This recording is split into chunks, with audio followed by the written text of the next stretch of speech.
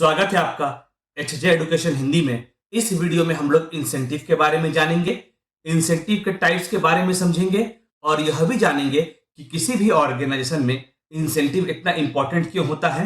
चलिए स्टार्ट करते हैं इंसेंटिव से। इंप्लॉइज को दिया जाने वाला एक प्रकार का रिवॉर्ड होता है इंसेंटिव। असल में रेगुलर सैलरी या वेजेस के अलावा एक्स्ट्रा पेमेंट होता है इंसेंटिव। इंसेंटिव देने का मेन ऑब्जेक्टिव होता है इंप्लॉइज को उनके परफॉर्मेंस के लिए, अचीवमेंट के लिए रिवॉर्ड देना।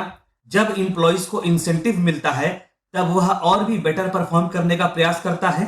इंसेंटिव मॉनेटरी टर्म्स में यानी पैसे के रूप में दिया जा सकता है या नॉन मॉनेटरी टर्म्स में यानी बेनिफिट्स के रूप में भी दिया जा सकता है, जैसे हेल्थ केयर बेनिफिट्स, प्रमोशंस आदि। जब कोई इंप्लॉय बहुत अच्छे से काम करता है तब उस इंप्लॉय को इंसेंटिव दिया जाता है ताकि इंप्लॉय मोटिवेटेड हो सके और इंप्लॉय और भी अच्छे से और भी एफिशिएंसी के साथ काम को परफॉर्म करे।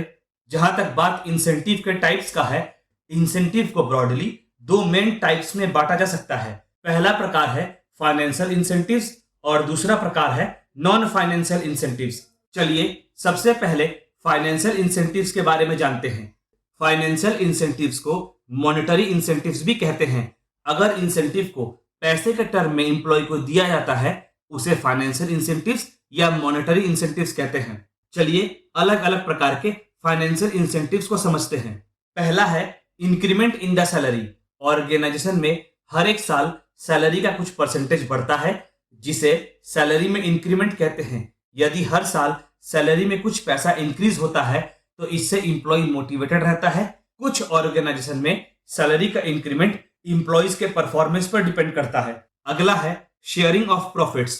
जब इंप्लॉइज एफिशिएंटली काम करता है तो ऑर्गेनाइजेशन इंप्लॉइज को प्रॉफिट का कुछ हिस्सा भी देता है। इसमें कंपनी अपने प्रॉफिट का एक फिक्स्ड परसेंटेज इंप्लॉय को इंसेंटिव के रूप में देता है। जब इंप्लॉइज को प्रॉफिट का कुछ परसेंटेज मिलता है तो इंप्लॉय यह कोशिश करता है कि काम को अच्छे से परफॉर्म किया जाए ताकि ऑर्गेनाइजेशन का प्रॉफिट इंक्रीज हो, जिसकी वजह से इंप्लॉय का इंक्रीमेंट भी इंक्रीज होगा। सैलरी के अलावा इंसेंटिव के रूप में बोनस इंप्लॉइज को दिया जाता है। आमतौर पर इंप्लॉइज को बोनस साल में एक बार दिया जाता है। बोनस की सहायता से इंप्लॉय और इंप्लॉयर के बीच का रिलेशन को इंप्रूव किया जा सकता है। भारत में बोनस, इंडिया में बोनस आमतौर पर फेस्टिवल के समय, त्योहारों के समय दिया जाता है।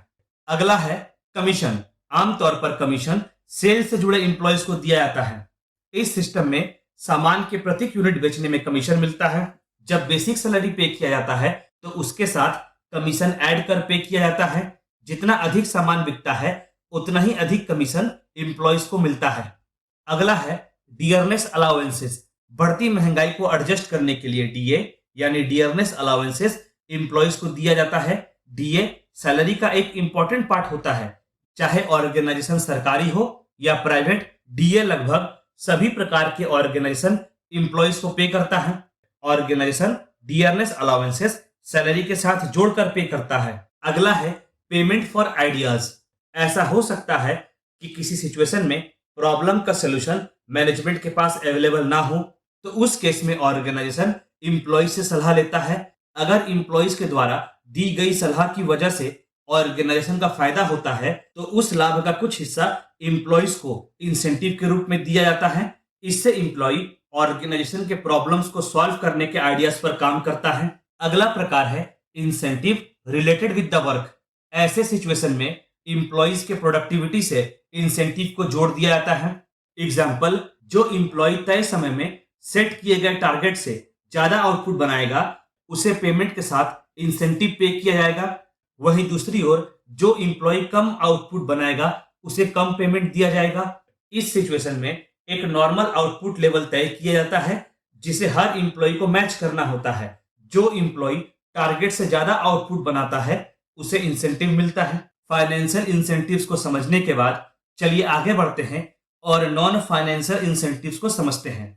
नॉन फाइनेंशियल इंसेंटिव में इंप्लॉइज को इंसेंटिव पैसे के फॉर्म में, पैसे के टर्म में नहीं दिया जाता। नॉन फाइनेंशियल इंसेंटिव की सहायता से इंप्लॉइज से जुड़े एस्पेक्ट को इंप्रूव किया जाता है। इंप्लॉइज के स्किल को इंक्रीज करने का प्रयास किया जाता है और इंप्लॉइज के डेवलपमेंट के बारे में सोचा जाता है। जरूरी नहीं है कि हर एक इंप्लॉइज को पैसा मोटिवेट करे, किसी इंप्लॉइज के लिए सेल्फ एस्टीम, आत्मसम्मान, रिकॉग्निशन, पहचान आदि भी इंसेंटिव के रूप में काम करता है। तो चलिए अलग अलग प्रकार के नॉन फाइनेंशियल इंसेंटिव्स को देखते हैं।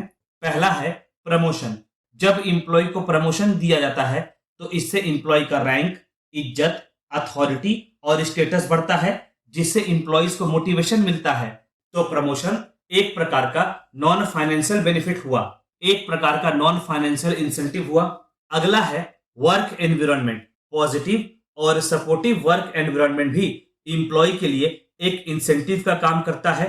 जब सीनियर इंप्लॉय और जूनियर इंप्लॉय के बीच में पॉजिटिव रिलेशन होता है, काम करने का पॉजिटिव एनवायरनमेंट होता है, तो इससे इंप्लॉय हमेशा काम करने के लिए तैयार रहता है और अपने काम को अच्छे से, एफिशिएंसी से पूरा करता है। पॉजिटिव और सपोर्टिव वर्क एनवायरनमेंट भी इंप्लॉय के लिए एक इंसेंटिव का काम करता है। अगला है अपॉर्चुनिटीज। बहुत सारे ऑर्गेनाइजेशन इंप्लॉय को अपॉर्चुनिटीज देते हैं ताकि वह अपने करियर में आगे बढ़ सके। कभी कभी तो ऑर्गेनाइजेशन इंप्लॉयज को इससे जुड़ा ट्रेनिंग भी प्रोवाइड करता है।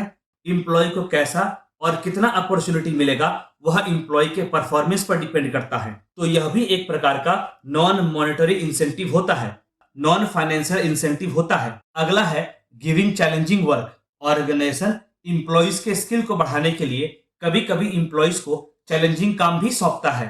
चैलेंजिंग काम को करते करते इंप्लॉय का एक्सपीरियंस तो बढ़ता ही है, साथ ही साथ इंप्लॉय का काम से जुड़ा स्किल भी डेवलप होता है, जिससे इंप्लॉय को काम से जुड़ा सेटिस्फैक्शन मिलता है। अगला है क्रेडिट टू द एम्प्लॉइज।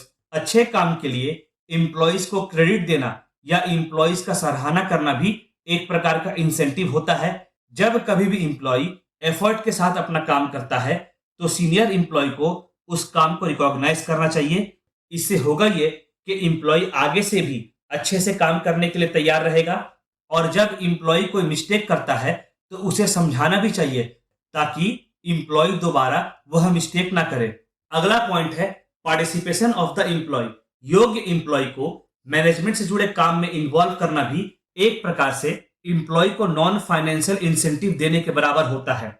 जब एम्प्लॉय को मैनेजमेंट से जुड़े कामों में इन्वॉल्व किया जाएगा तब एम्प्लॉय को ऐसा फील होगा कि वह भी ऑर्गेनाइजेशन में इंपॉर्टेंट है, और इससे ऑर्गेनाइजेशन को अच्छे आइडियाज, काम के आइडियाज मिलने के चांसेस भी बढ़ जाएंगे। और इतना ही नहीं, एम्प्लॉयज भी हमेशा ऐसे आइडियाज पर काम करेगा जिससे ऑर्गेनाइजेशन के गोल्स को, ऑब्जेक्टिव्स को अचीव किया जा सके।